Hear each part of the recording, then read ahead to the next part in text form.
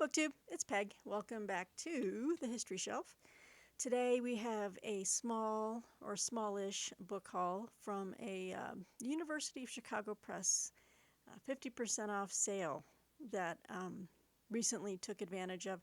The sale, I believe, is still going on. They sent out catalogs. I know I've seen other booktubers who have also received the it's called the Great Sale or something like that, where everything is about 50% off, and some newer releases are 20% off. So I made two separate orders at two different times, and the results of which are about 8 or 9 books. So I thought I'd show you what I picked out. Yeah, it's been the season of University Press sales lately between Princeton and Chicago Press. I was just going to town. Okay, well, let's start off with my first order. These are the first 4 books that I picked up from the great University of Chicago Press. All right, we have Facing Racial Revolution, Eyewitness Accounts of the Haitian Insurrection by Jeremy D. Popkin. As you know, I've been growing my library on Haitian studies, all kicked off by that wonderful biography on Toussaint Louverture by Sudhir Hazaring, I believe, and I wrote a review on that book. Really loved it, and yeah, so I've just been really interested in Haitian history. So I came across this book here and picked it up for half off. It's basically, and Jeremy D. Popkin, his name is familiar. I believe he just released a book on the history of the French Revolution. I think this is the same guy. It's just basically the blurbs on the back, but it's blurbed by Madison Smart Bell, who wrote the trilogy of Haitian fiction, the All Souls Rising, which I believe was the first in the series about the Haitian Revolution, and which I have the first 2 books of that series. Let's see, I'll just read this here. Jeremy Popkin's collection of first-person narratives of the Haitian Revolution is an extremely valuable work, accessible, sound, and intelligent. I only wish such a book had been available 15 years ago when I was in the early stages of researching my series of novels. Popkin has been deft and tactful in stitching together these excerpts, and as a result, he manages to tell a complete version of the revolution almost entirely in the words of the people who experienced it. This book engaged me deeply, and that is from Madison Smart Bell. Let's take a look at the page of content or table of contents here. Let's see here. Like chapter 1 is Becoming a Slave Master. Chapter 2 is the Oge Insurrection. Chapter 3 is the First Days of the Slave Insurrection. Chapter 8, we've got things like fighting and atrocities in the South Province in 1792 to 1793. Wow. So yeah, each chapter is a different kind of like individual accounts of what was going on. Oh, this is fascinating. Sorry, I did get these a little while ago, so I haven't had a chance to really get in-depth into all of these, but it's a great resource for my studies. So, Facing Racial Revolution, Eyewitness Accounts of the Haitian Insurrection. All right. The next book I got takes us to Greece. This is Knossos and the Prophets of Modernism by Kathy Geer. These are all Chicago Press books, obviously. In the spring of 1900, British archaeologist Arthur Evans began to excavate the Palace of Knossos on Crete, bringing ancient Greek legends to life just as a new century dawned amid far-reaching questions about human history, art, and culture. With Knossos and the Prophets of Modernism, Kathy Geer relates the fascinating story of Evans's excavation and its long-term effects on Western culture. After World War I left the left the Enlightenment dream in tatters. There's a little bit of a typo here. That wasn't me. After World War I left the Enlightenment dream in tatters, the lost paradise that Evans offered in the concrete labyrinth, pacifist and matriarchal, pagan and cosmic, seemed to offer a new way forward for writers, artists, and thinkers such as Sigmund Freud, James Joyce, Giorgio de Chirico, Robert Graves, and Hilda Doolittle. Assembling a brilliant, talented, and eccentric cast at a moment of tremendous intellectual vitality and wrenching change, Kathy Geer paints an unforgettable portrait of the age of concrete and the birth of modernism. So fascinating. I've never read anything by Kathy Geer. I'm really intrigued by this concrete labyrinth that she's talking about. I have another book on Crete or the palace at Knossos, but I think this one takes a more ethereal, abstract look at the ideas of the time and how they influence the writers, as the book blurb describes. So I think this will just kind of take it up another level. We've got some illustrations here, or photos. What's funny is I've always been intrigued by Crete ever since I was there once when I was in the Air Force. We had an overnight stay on the island of Crete on our way to Saudi Arabia. And they put us up in a hotel at the top of this beautiful hill overlooking the city.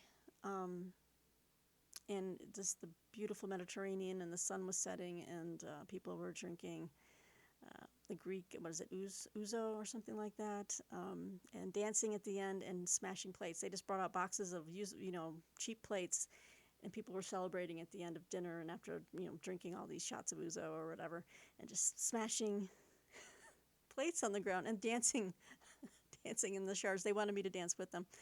I kind of wish I had now, but I didn't. I was like, no, I don't want them. A lot of them were barefoot too, and I was like, what are you doing? Beautiful island. We went to a beach the next morning before we had to head off to the airstrip to take off. But I just had great memories of Crete. I've always wanted to go back and study the history, and I remember we passed like little huts where people were living with their goats running around in the yard, and it was just like, wow, talk about going back in time. Anyway, next book. Oh yes, I've been wanting this book for a while. I'm a big Hannah Arendt fan. And I've been collecting a lot of books on her.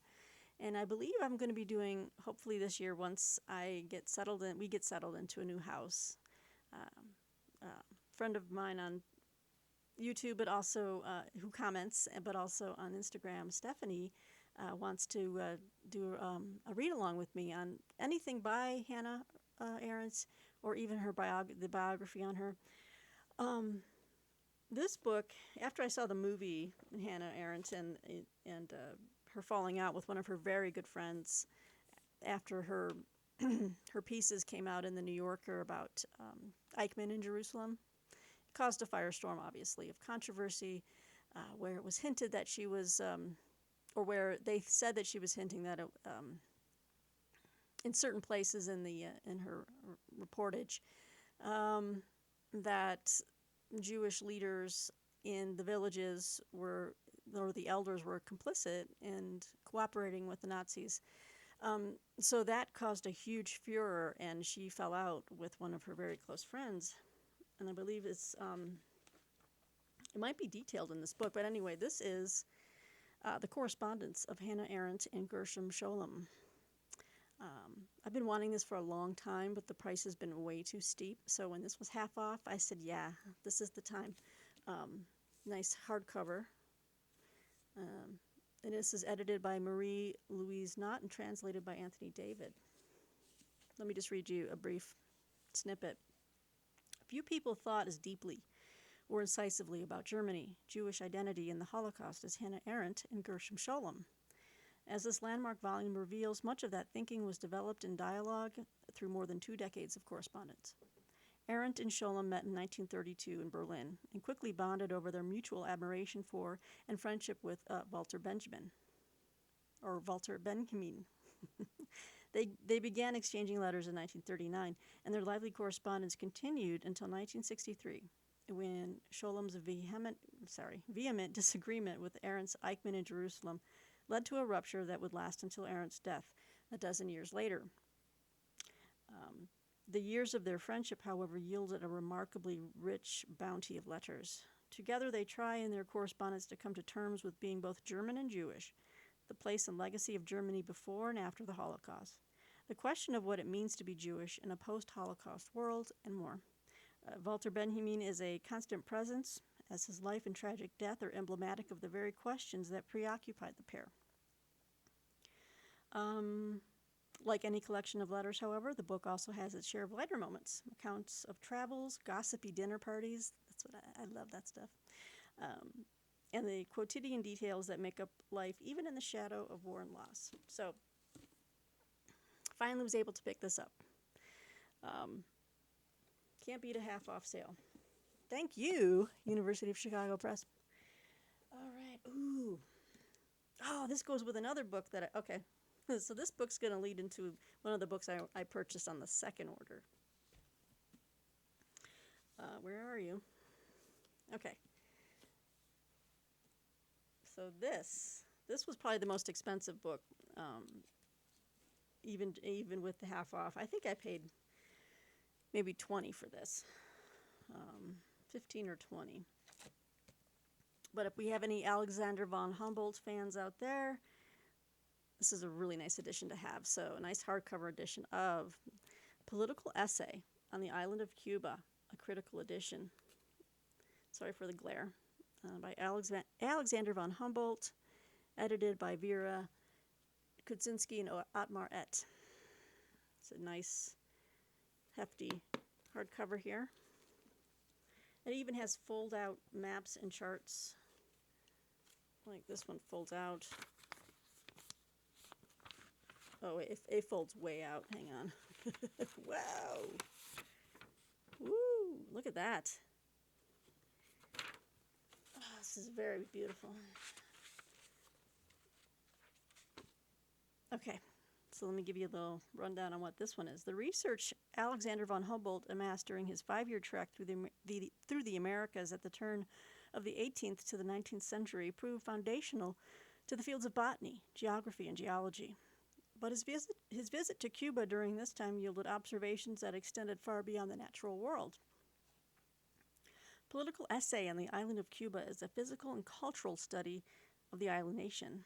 In it, Humboldt denounces colonial slavery on both moral and economic grounds and stresses the vital importance of improving intercultural relations throughout the Americas. So that's what appealed to me. I wanted to read about a man in that time frame taking a stance like that, which was so not the norm.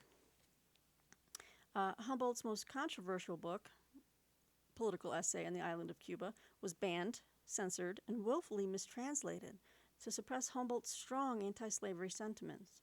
It reemerges here, newly translated from the original 2-volume French edition, to introduce a new generation of readers to Humboldt's astonishing multiplicity of scientific and philosophical perspectives.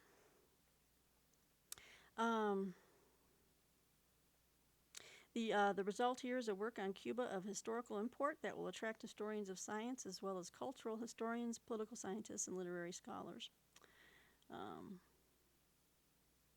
That's awesome. Apparently, in this translation, they emphasize Humboldt's rare ability to combine scientific rigor with a global consciousness and a deeply felt philosophic humanism. So, again, this was probably the most expensive book that I plopped down the money for because it's just beautiful. Well, again, folding out maps and everything else. Okay, so that was just, look at that. I was really controlling myself well on my first, and I thought it would be my only order at the University of Chicago Press. I only got 4 books on the first order. But then a certain somebody out there in YouTube land, an instigator, peer pressured me into taking another look and going through another round of browsing. And sure enough, things I had was on the fence about, I ended up getting. And then I've discovered a few new things. So let's pick up where we left off with Alexander von Humboldt. This book, and I'll tell you why I picked this one up especially, but this is The Passage to Cosmos, Alexander von Humboldt and the Shaping of America by Laura Dasso-Walls. Now, I was drawn to this because of the author. Last year, did a buddy read of her magisterial biography on Henry David Thoreau. I loved it. Her writing was just musical and lyrical and deeply felt and poignant. And so I was like, I would love to read her work again, just as a writer.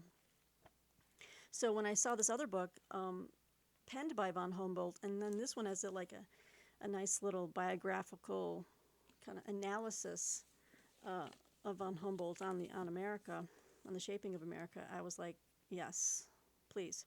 So let me just read this here. Explorer, scientist, writer, and humanist, von Humboldt was the most famous intellectual of the age that began with Napoleon and ended with Darwin. With Cosmos, the book that crowned his career, Humboldt offered to the world his vision of humans and nature as integrated halves of a single whole. In it, he affirmed the idea that while the universe of nature exists apart from human purpose, its beauty and order, the very idea of the whole it composes, are human achievements. Cosmos comes into being in the dance of world and mind, subject and object, science and poetry. Humboldt's science laid the foundations for ecology and inspired the theories of his most important scientific disciple, Charles Darwin. In the United States, his ideas shaped the work of Emerson, Thoreau, Poe, and Whitman. They helped spark the American environmental movement through followers like John Muir and George Perkins Marsh, and they even bolstered efforts to free the slaves and honor the rights of Indians. Laura Dasso-Walls here traces Humboldt's ideas for Cosmos to his 1799 journey to the Americas, where he first experienced the diversity of nature and of the world's peoples, and envisioned a new cosmopolitanism that would link ideas, disciplines, and nations into a global web of knowledge and cultures. In reclaiming Humboldt's transcultural and transdisciplinary project, Walls situates America in a lively and contested field of ideas, actions, and interests, and reaches beyond to a new worldview that integrates the natural and social sciences, the arts, and the humanities. So basically, The Passage to Cosmos, this book here, will reintroduce this seminal thinker to a new audience and return America to its rightful place in the story of his life work and enduring legacy. So, very tickled pink, beautiful hardcover, half off, to be a very nice companion to his actual work on Cuba. I haven't really ever read anything about von Humboldt before, so this is, again, a new area of study for me, so I'm very happy about that. Back to good old Hannah. I got another book on Hannah Arendt, and another beautiful hardcover. And this is Arendt in America by Richard H. King. All right, beautiful book.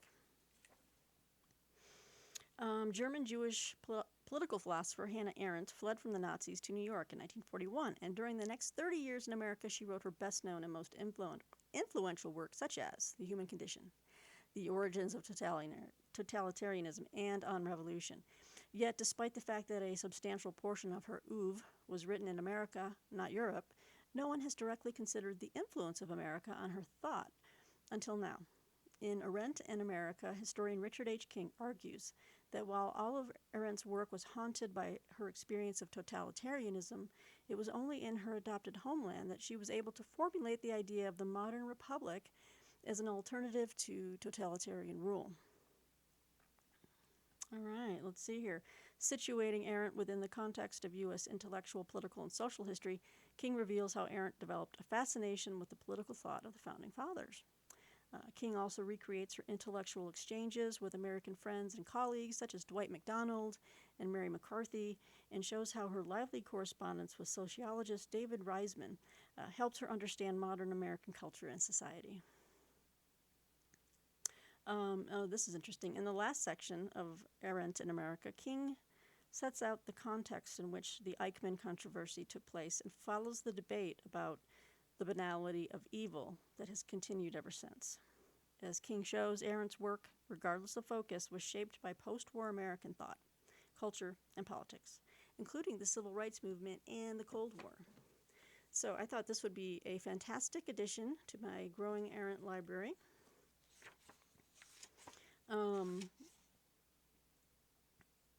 He covers, obviously, her major work. I think this one looks fantastic. Chapter 4 is on Arendt Tocqueville in Cold War America.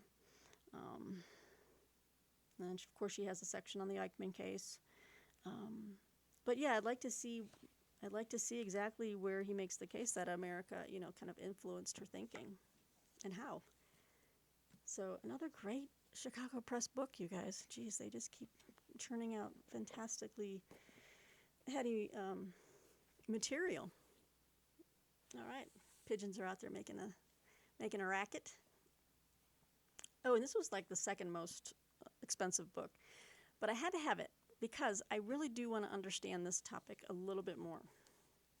Now, we all know the Constitution, but we don't know too much. Well, some people do. I should take that back. But what preceded it, right?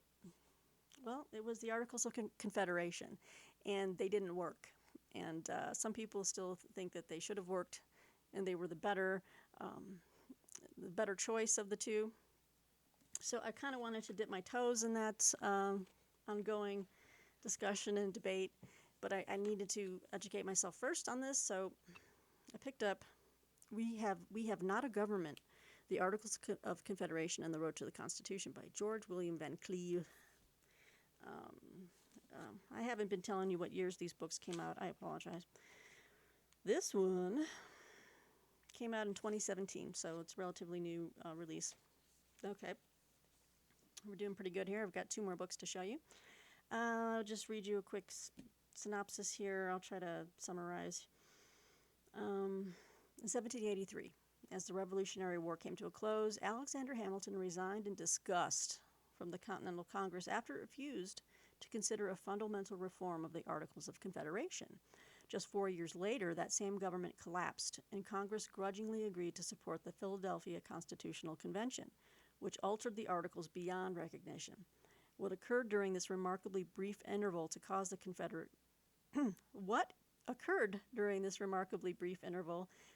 Confederation to lose public confidence and inspire Americans to replace it with a dramatically more flexible and powerful government?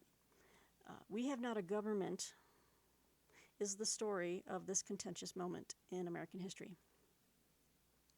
In George William Van Cleve's book, we encounter a sharply divided America.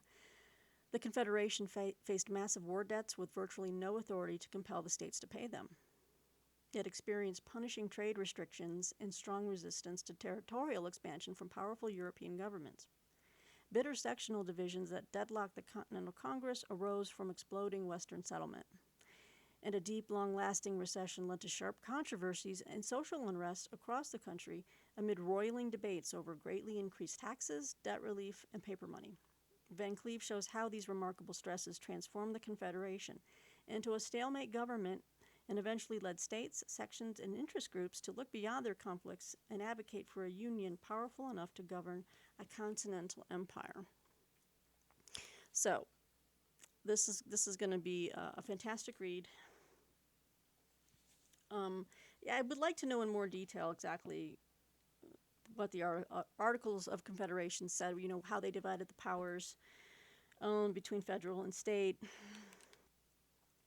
And, I don't know. I felt like that was, I've read a lot about the Constitution and all that, but Articles of Confederation, not as much. And I think especially now during this time in our nation's history, and we're kind of looking at different, class issues and sectional issues, again, just in a different context, that it's helpful. It's helpful to take a look back at the past to see, why the Articles of Confederation just kind of went down in flames. But yeah, We Have Not a Government, so another great book. All right, you guys, you know what? I'm getting dry mouth, so I apologize. I'm just going to get a drink really quick. Hang on. Woo, wow, that is so much better. I was struggling. I'm so sorry, guys. I'm reading these descriptions, and as I sorry. Okay. Ooh, next book. So now I've got two paperbacks here. Oh god, let's go with this heavy duty one. Again, my friend, who shall remain nameless, told me about this writer and said that this was a good book. Kind of heady, kind of maybe a little bit of a challenge, as it were. But I said, all right, I'm game. So this is Essays in Ancient and Modern Historiography by Arnaldo Mamigliano, with a new foreword by Anthony Grafton. I've never heard of Arnaldo Mamigliano. You know, I'm a quarter Italian. I should be able to do this. Anyway, Arnaldo Mamigliano was one of the foremost classical historiographers of the 20th century. This collection of 21 carefully selected essays is remarkable both in the depth of its scholarship and the breadth of its subjects. Moving with ease across the centuries, Mamigliano supplements powerful readings of writers in the Greco-Roman, Jewish, and Christian traditions, such as Tacitus and Polybius, with writings that focus on later historians such as Vico and Croce. Charmingly written and concise, these pieces range from review essays reprinted from the New York Review of Books, to treatises on the nature of historical scholarship. They are a brilliant reminder of Mamigliano's profound knowledge of classical civilization and his gift for deftly handling prose. So actually, yeah, if his stuff ran in the New York Review of Books, obviously that's easy. I can grok it. Okay, so this is actually going to be quite a fun read. In that case, I really thank my unnamed friend out there on YouTube. Thank you, friend. Yeah, let's see here. I can tell you the name of the person. It doesn't matter. It's John David. All right, so like we got a nice table of contents. Got some great looking essays there. I don't know if you can focus on some of these things. The Fault of the Greeks. We've got the lonely historian Ammianus Marcellinus. Ooh, popular religious beliefs and the late Roman historians. The first political commentary on Tacitus. I'm just reading you some of the chapters.